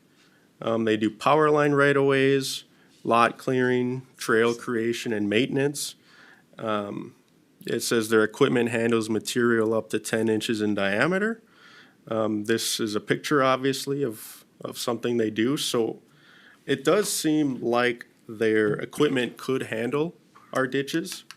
Obviously, we've never worked with them, so there's always, a risk to that, but And do you recall which equipment, one of the quotes was for tractors and wing, yeah, M&L was not on the the, buffers, but I'm trying to remember what they wanted to use. yeah, Cars Tree Service, it seems like they would use kind of like a skid steer with brush hog, which obviously it's not as wide, so they would probably have to take a couple passes at the buffer strip. But obviously, I'm guessing they have the means to do our ditches. I just still think it's so interesting that Hellman did the repair work and knows those ditches like the back of their hands, and yet they're basically double on some of these. Yeah, so regarding that phone call I had with Hellman, they wanted me to let you guys know that when they did our, I believe, ditch 6 mowing, they said that their total cost ended up being around half of what they estimated. It's true. Yeah. And I get, it's hard because you can't, as the board, obviously assume that's gonna happen again. So you have to take at what they gave us as face value. Mr. Chair. Yeah, go ahead. So Adam, when you told them that, what did they say? I mean, because we're not gonna give them the bid, even though they think that they'll be 50% of what they provided us for. Yeah. It's an open book. Yeah. Yeah, there was not really much communication regarding that they did it in half. I was kind of confused. Like Commissioner Johnson stated that they know these ditches, kind of like the back of their hand, because they did the repairs. It's basically in their backyard. So they should know how long it takes. But then again, I'm not sure why they estimated so high if they knew that. That's the quandary for me, because I mean, you're gonna have some egg in our face if we go with cars and the thing doesn't work out real well. And I'm not saying it won't. Mr. Chair, Go ahead. this right here begs the conversation in the future of, how does the county wrap our hands around this so we know and we can determine what the end result is gonna be? And I think the only way you can do that is by doing it ourselves. And I know that you're cringing over there, Commissioner Pop, but at the end of the day, we're paying for a service that we can't control. We'd have to have an estimate of if we need to purchase more equipment or something that goes Yeah. with that. But Cause your idea of a sunny day might be I might have a different Right. idea of a sunny day. Right. And it's all in the eyes of the beholder. The only way we could control that is if we were doing something in-house, and that's where I would like to get townships and county together and just say, is there a better way if we look at this? You know, going back to that, so, this happened up in Watab and Langola. The guy that was doing the brush cutting for Watab, either he got ill or he was something and he couldn't do it. So they hired Langola because Langola's got the equipment. And they were just thrilled that they could hire him for that amount of money to cut their ditches. You know, basically it's one set of equipment for 2 townships. I know this doesn't, it's not, I will say like this, but you look at snowmobile clubs. Yeah. They've got clubs that do it because they like to do it to keep costs down, right? Right. And they get to enjoy their trail system, right? Well, I'm sure that people that own these ditches or that are right on these ditches want it done a certain way too, right? And I think that there's a way that we could do this, that we can maintain the buffer strip, especially for the first 3 years, because it takes 3 years to establish them. So. Well, and that's the other important part here, Commissioner Kaminsky, is we've kind of committed to all this work. And we don't want to mess up the buffers because the long-term plan is hopefully a lot of these landowners are going to do it on their own. Yeah. And save the system. Right. Do we have to let this bid today, or can we? I mean, I don't know that we're under any No, timeline. We've this- given him. Is there any direction as bats? research. It's not technically a bid, this is just a request for request. quotes. So there's no, as far as I can believe, there's no laws we have to follow that we have to do. Okay. You could deny all 3 quotes, you could continue it, whatever your guys' desire is. I say we continue it. I would recommend that we continue it, and I'll talk to you later about it. Okay. We have I just- consensus to continue this discussion? And Mr. Chair, I want to thank Adam and you and Commissioner Pop for being on these ditches. It's not a fun situation, and you guys do meetings outside of here on this, so I appreciate your work on this. So, Mr. Chair, are you thinking perhaps you would ask this car to come in and meet with the subcommittee, talk about? I don't know yet. I think maybe the You subcommittee. you gets want to together chat about it? and See, Well, I was thinking maybe you I could know. talk to them in person, talk about the kind of equipment that they use and their assumptions and so on, and other work that they've done. Yeah. Is that the one from Otter Tail Tail? County? Yes, correct. I think there's enough people up there that Otter Tail we that know, we can yeah. talk to them. Get see if they've done references, any work for yeah. them. I think let's just continue the discussion Yeah, and let's then continue it for maybe right an now. option we go with. Sure. We have Sure. consensus? Yep. All right. Would like me to reach out to these 3 companies and just let them know that We're gonna continue. continue Discussion, yeah. getting more That's fine. information and stuff, because I know, they're looking for the work, and Yeah, I don't want to it's- leave them hanging for too long, but No. obviously, these ditches, this is a lot of money, so. Right. So they, That'd be fine. Keep All them right. in the loop. All right. Move on to discussion regarding the annual Special Drainage Authority meeting. all right. Obviously, you guys know that we had, special ditch meeting, annual ditch meeting at the Foley High School Auditorium last year. I think it would be a good idea to have that again. Ricky Noonan, John Kolb also agreed that it's good to have a annual meeting, at least for now, until these assessments kind of keep going here. Our last year's meeting was August 19th, 2025. If we were to do that again, being the second county board meeting of August, it would be on August 18th.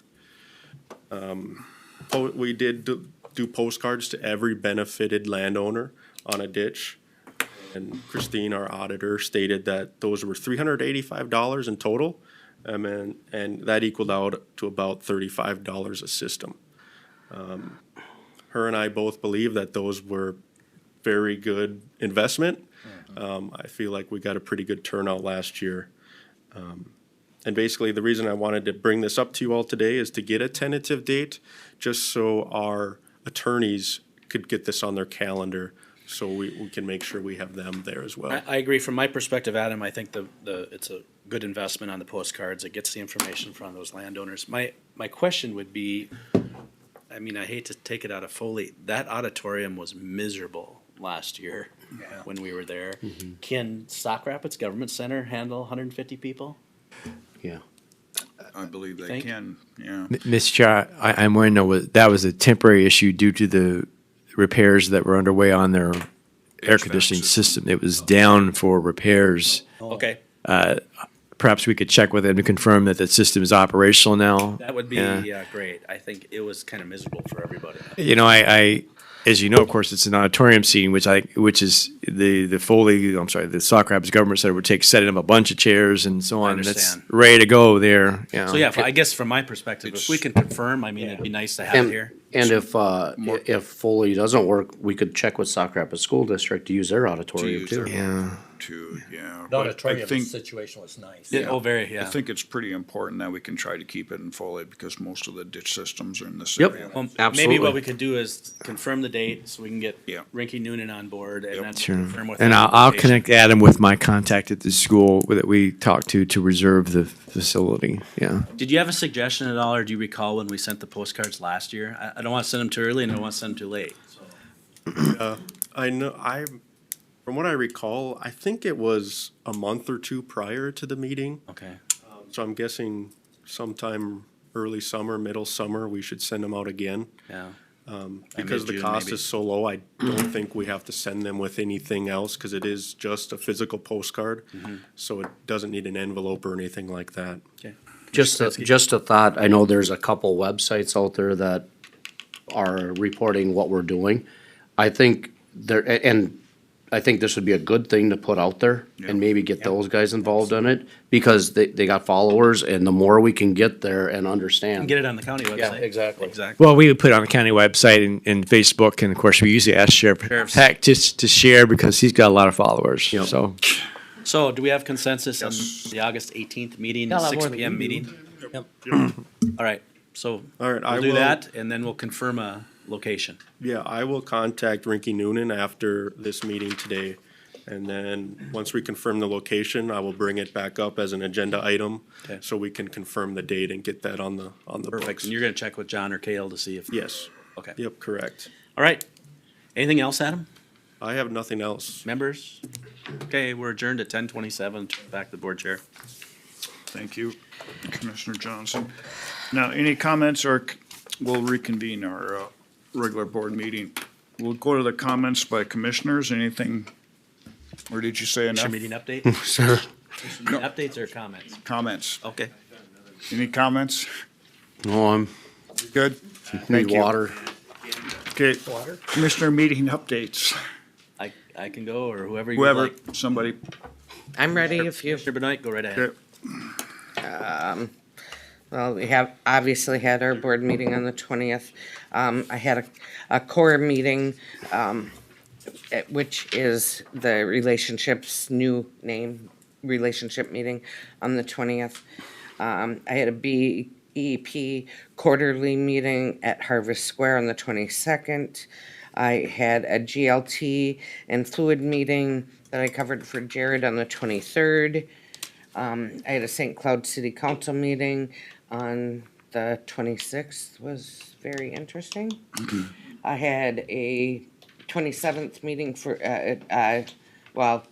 get together for Department of the Month. And then AMC Drainage Conference in Alexandria on the 27th and 28th. And then I had a MICA Annual Legislation Forum meeting on the 29th. And on the 2nd, that we had a redevelopment meeting. Well, I had a library board meeting on the 20th.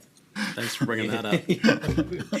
We, didn't discuss a whole lot about, Benton County at that point because it was just the recommendation that Brandy come to the meeting and try to do that. We elected officers and I am the president for the next year. So we'll go from there. I think you know the direction we want to go. I know, that. Well, we Okay. talked about that. Okay. Mr. Chair, Yes. I was just thinking, would it behoove us on these library, board meetings to have one of us alternate come and talk to open forum to keep expressing? That way we get two voices there. Yeah. They have an open forum at the library? 2 minutes. Yep. Maximum of 6 people. And that brings up a good point. Monty was there last time, and we did have questions for Monty when he was there. That brings up a good point on one of the questions that you read off today. There's a lot of places, there's a lot of boards that actually have a timer. And when that timer is hit and they hit that 2 minutes or 3 minutes or whatever it is, they're done. They don't get the option to finish, they're done. We haven't had a lot of people come since Brandy's been there, but when we had, it must have been a year ago, Karen would sit there and she'd actually hold her phone by the mic and it would go beep, beep, beep, beep, beep, and that means there was people that had to stop in the middle of their presentation. Yeah. So us going from 5 down to 3, we're still on the high level of, cause usually it's 2 to 3 minutes. Yeah. Okay. So we'll see how that goes, what the support is. The finance committee's gonna meet, I think, probably in April to go forward with what the budget is. And there's concern out there, from other commissioners from other counties that they don't wanna see this go up. Whether it's gonna go down or not, I don't know. We worked that. And then, of course, we had the BEP annual meeting, and then we had, the board meeting after they elected, officers there. And Kevin Johnson is now the new chair there. So, and I think they'll do executive committee on that at their next meeting, I understand. Did anybody go to I had a question, did anybody go to the DNR Public Waters? Yes, I did. How many people were there? There was myself, Roxanne, Luke, Okay. 3 people from the DNR, and 1 person from the public, Okay. and I don't know who he was. And then we had the MICA open forum, which I thought was really interesting. I thought they had a lot of, it gets to the point where this is what you need to get involved in order to make change. I was amazed that with the 2 counties we added, we now have 44% of Minnesota's population that belong to MICA. That's pretty huge as far as when it comes to, that 44% represents a large portion of our state legislators and our state senators that if we can unite and get them to do that, that's a pretty big deal, I think. Yep. And then you add a few from the rural counties that are maybe in the rural county caucus or whatever, so I think that's pretty well spoken for Micah. That's it.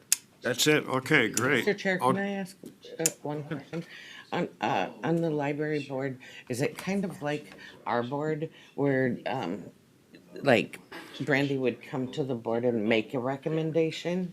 Or does the board come to those conclusions to cut something by themselves? Or do they have staff that make recommendations? They have a budget presentation, kind of like what we do from different staff, but the years I've been there, the executive director has never come forth and said, we need to add this, we need to subtract this. It's been pretty much the finance committee that does it, which is the 6 commissioners plus 1. And we don't have anybody on the finance? Yes, the commissioner that represents the county is on the finance. They try to keep all 6 commissioners on finance plus 1. And if the chair is not a commissioner, then the chair of the library board has to be on the finance. So like this year, the 6 commissioners are on the finance and I'm the chair, so there's 1, Tina's on there. JC is gonna be on the finance committee. But you get to still sit on the finance? I sit on the finance, yeah. And the chair sits, if you're not the chair, you sit on the finance regardless. So the finance is controlled by the county commissioners of the 6 counties. And so is there somebody that comes forward and makes recommendations to the finance committee? Or do you guys talk about everything and come up with your own conclusions? Yeah, the executive director and well, we got a new, finance director comes forth and says, this is what we need, this is what we're gonna have to do. We're gonna have to replace this many vehicles, you know. So, Mr. Chair, with that, is there any other county that is, opposing these increases? Is the vote like, are we the only ones, or what is it unanimous, or what? You know, I was kinda thinking that Todd County was gonna be with us in that. I don't believe they are. I think they've come to the conclusion at their board that they're okay. No, theirs is 400, roughly 400 some thousand. For how many libraries? Well, they Four, got, I think. they got 3 or 4, but yeah. one is actually in Staples. And I think that it's more or less like on the county line between, Wadena County and Todd County. But we do service that library in Staples. You know, that was the other thing I was thinking afterwards is that, so we have vehicles that are out, we have staff in those vehicles that come to Foley every day. So, you know, there's some things that you could look at maybe a little differently instead of just putting the whole 6,600 on staff in Foley. You know, because some of that goes, you know, it's an everyday, you know, 3 days a week occasion where they come to Foley. So, Well, it's part of the 400 and some thousand of access I was talking about. Yeah, yeah. As So- far as the, you know, the looking at the joint powers agreement, I don't think there's support there from the county commissioners or the board. are we on record at least it was the vote 5-1, or what was, I mean, Well, we just made a recommendation to make Okay. to have Brandy come and speak, is what they did. okay. So the vote hasn't happened yet? And the vote hasn't happened, what's Okay. gonna happen, but Well, it'll come before the full board. It won't come before the finance committee, it'll come before in which you're the president of. which I'm the president of. So hopefully there's a consensus here that we vote against it. 5-1. Yeah, Yeah, Yeah, I agree. yeah. Whether it's gonna make a difference. yeah, exactly. It may not make a difference at all, but at least we're on the record of it. Yeah. But you know, Jared, you made a good point. We've got one library for 546,000. Everybody else has multiples down to 200,000. Well, Todd has 4 and they're paying 400,000, and one might not even be in their county, Right, but we're generous enough to pay it. yep, And Todd Very good is 362,000. program. 362. okay. But, you know, it's not based, it's based on your population tax capacity and usage, and, you know, tax capacity is where it gets us. Okay. Okay, well, I'm gonna go forward now. The 20th engineer interviews, we've got them tomorrow again. I had the Benton Historical Society meeting that night too. The 22nd, I was on the radio, so I could not make it to the BEP. We were talking about fraud at the county level. Friday, the 23rd, GLT Architects in the furniture meeting. And then I was on vacation all last week, but I had 2 call-ins. And then I also had, yesterday, I filled in for Commissioner Johnson for the Minnesota Rural Counties. So Chair Mary Franson, she's with the bonding committee, said that being it's a short session, they're not gonna do any hearings. Really? They're not gonna do any hearings. She wanted to let me know that, and I says, well, thank you, I'll share that with our board. I actually think that's good for us. It is. I actually think that's good for us She because, says, you're welcome to come Benton County and say hi, though, so, you know, it was a good meeting. That's all I had. All right, couple duplicates. 20th, Commissioner Heinen, I was with him on the engineering interviews. The 21st, on the Highway 23 Executive Board, and we met with our consultants, Bolton and Mink, to try to establish and finalize the 26 budget moving forward for their consulting services. 22nd, Tri-County Solid Waste. 26th, DNR meeting that we talked about a little earlier. 27th, 28th, the AMC Drainage Conference up in Alex. Also on the 28th, I stepped out for an hour or so and had the biweekly building committee meeting virtually. 29th, the MICA meeting in Becker, and then again yesterday, the redevelopment committee meeting with Commissioner Benoit to talk about the potential redevelopment of this site. So that's what I had. Okay. Relations, I do believe that there was a few things that came out of that were good. So, hopefully that goes through the employees.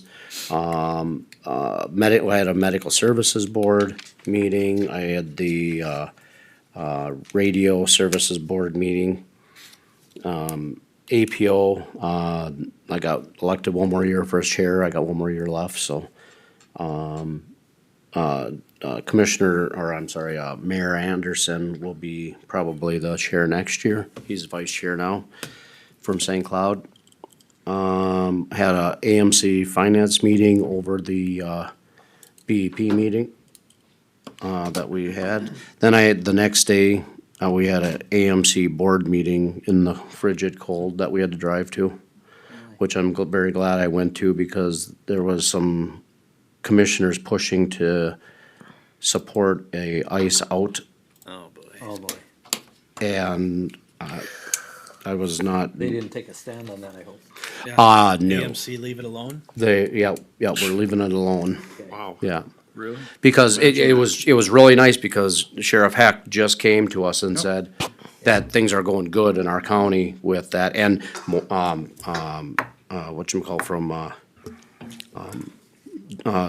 Jenny from Mille Lacs. Oh, Jenny Reynolds. So we're all in one kind of corner, and we're all like, well, it's going great in our county, and people spoke up, Neil Galswick, and so it was contentious, I'm not gonna lie, it was very contentious. Yeah, you can about believe how it just kind of, Yeah. through the Yeah. proximity and who gets, Yeah, so, let's see here, I got a futures meeting coming up, and then obviously the MICA meeting, which I was very, Commissioner Johnson brought up something that you didn't get scolded for, but wasn't on the agenda. But the safety of people, and I bring that up because I wanted to elaborate a little bit more on that, because everything I've said today goes back to the safety of us. Because I'm telling you, we all know it. There's so much being put on taxpayers that are out of all of our control, and we're at the forefront of it. And we get the ability to tell people that they don't have a say. And it's above our head and go down to the state. Well, the state now they're working on no guns and all of this stuff and increasing security. But we're sitting here that we get to tell their story locally, and people are getting fed up with it. So I appreciate you bringing that up down there, Commissioner Johnson. That's all I got. Okay, committee of the whole meetings. All right. February 19th at 7 PM, the Township Officers Association spring meeting. I feel like spring yet. Glen Dorado Town Hall. Again, that's February 19th, 7 PM, Glen Dorado Town Hall. No, that I ain't might gonna not work. be there. I'm going on vacation. Sir, we're gonna be at the Capitol that day. And I wanted to also bring it up is who is committed to attend the Capitol visits? Grady Harn is arranging meetings with legislators on our bonding requests for February 19th. Did we want to set that as a call for 3 or more, or do we just have 2 going? So as of now, it would be myself and it will be the superintendent, Brad. is I will, gonna go. I'm pretty And sure then- I'll go. I leave the next day on vacation, but I would like to be there on I that would one. like to be there too, so I. Okay, so we'll set that as a committee of the whole. Again, February 19th. I don't have his schedule yet from Grady. I just sent him a text asking for an update on schedule. So I don't know when the first one will begin. I know like last time we actually started it from their offices, I think, which did, are yeah. right by AMC. Just walked over, yeah. They're by AMC, yeah. So What time does the cat?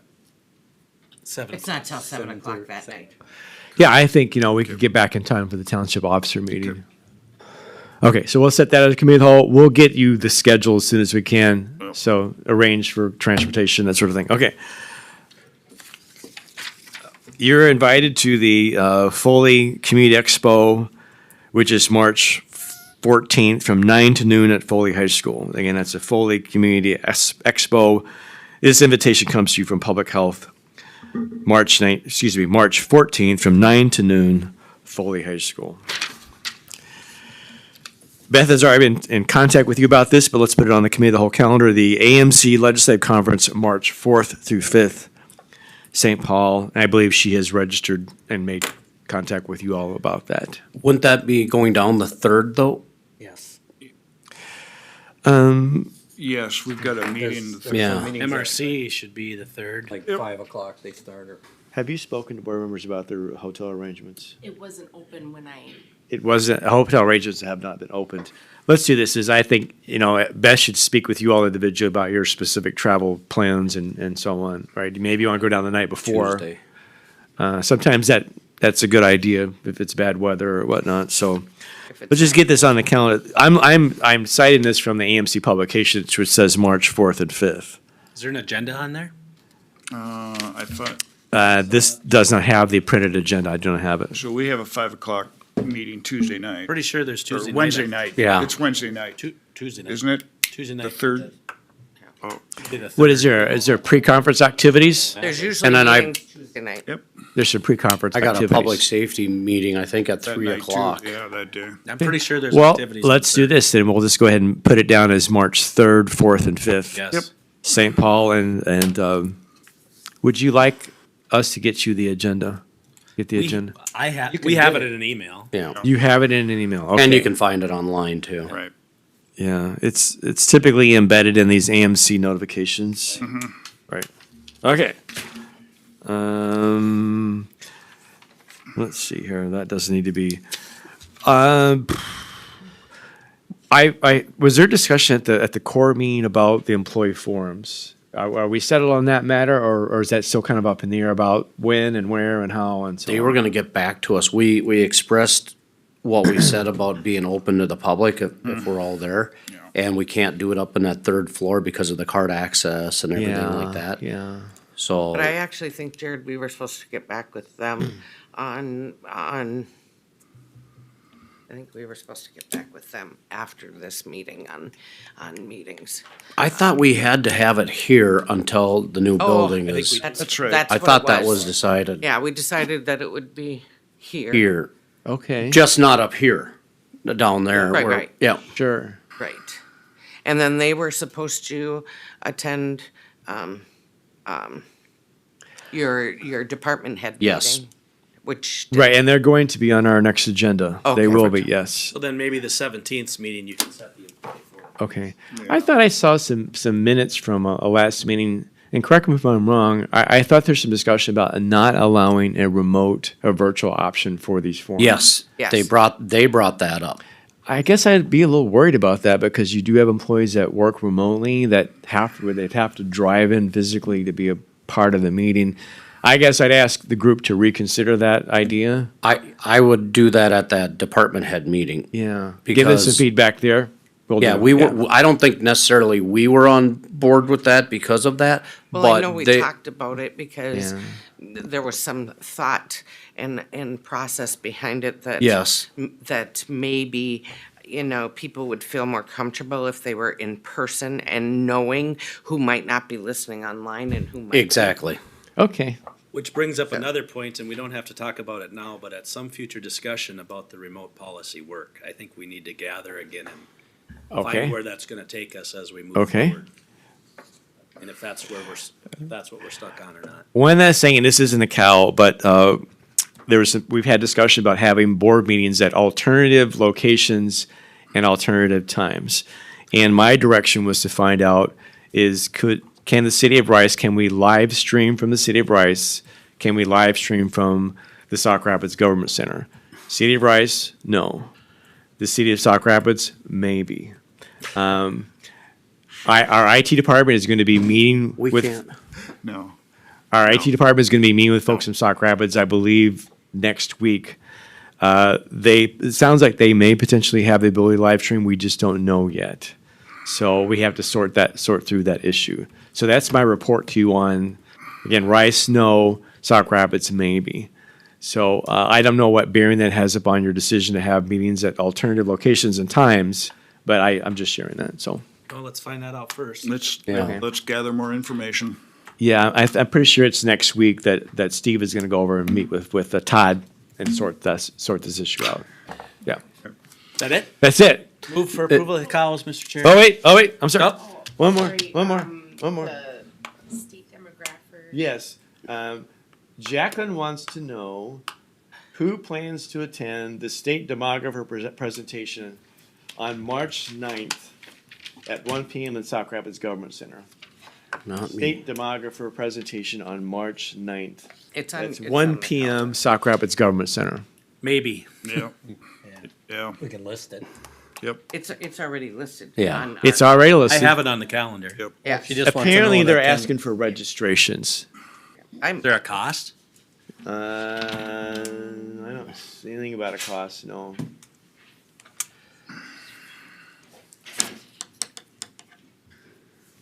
No, there's no cost, no.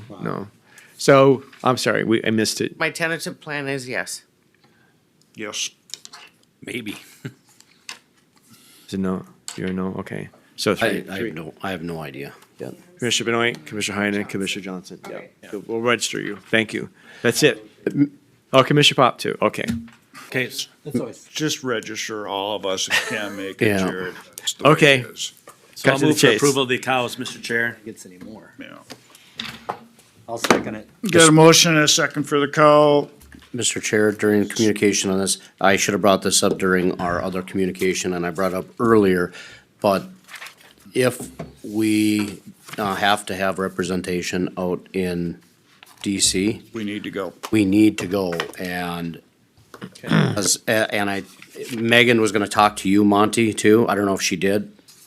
We're trading voicemails Okay. about getting letters of support from our representatives and US senators, right? Yeah. She absolutely said it would be 100% beneficial to be out there in person and push this directly this year. Okay. This is our year to get this across the finish line, and it's 20-some million dollars. So are you 25. suggesting there, since there may be more than one that goes, it's a cow? No, I would say if we had a couple people go, that would be great plenty. But I think having a couple people go out there to show like this is a need and why, and because they can support this without it coming out of their Crawford, That's right. because it's a build grant. So not only can they be heroes in our area, and Megan said that a few of them, you know, let's just say Klobuchar does win governor, or whatever, but we already know Smith is out. This is a way for them to bring back another substantial windfall to the For state. Minnesota. Commissioner, Not have them come could out you of the remind me of what is the time frame are you thinking about? Yeah, Megan was gonna get back to us to find out, cause she said March is a very vulnerable area, but March? March Oh, it'd is. be March, okay. It'd be March or early April, but we Okay. wanna do it right after it's turned in, Yeah, and before that, they get moved to that next step.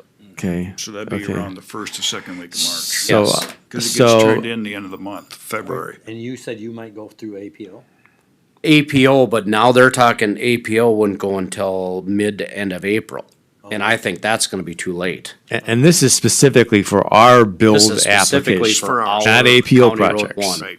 Yes. Build, our build, right, okay. The nice thing is I can say it is an APO project because it's in our APO area, It but is. this is specifically for CASA 1. Right. Okay, so I will connect I need to talk to her anyway about these letters of support, okay. So is it too early to ask who might be willing or interested in I'm going? definitely, I Pretty obvious who started would it. want to go. yeah. I'm sorry, these, Jared and I Heinen, both. okay, okay. And it good would to- be go in one night and probably leave Yep. the next day. That's right. It'd be, Like A very short trip, Maybe okay. 2 nights, but it'd be probably just one night. Okay, understood, okay. We'll get some more details from Megan. we need to get more details because Brad showed interest in going too. Yep. And Ross did as well from Sauk Rapids. Oh, Mr. Chair, before I forget, can you call the question on the cows? Oh, sorry. Got a motion and a second. I'll call the question. All in favor, say aye. Aye. Motion carries. Thank you for that. More? Yeah, Board. don't, I just didn't want to forget it as we were having this Sure. DC Okay, discussion. anything else? Nope. Okay, we're adjourned.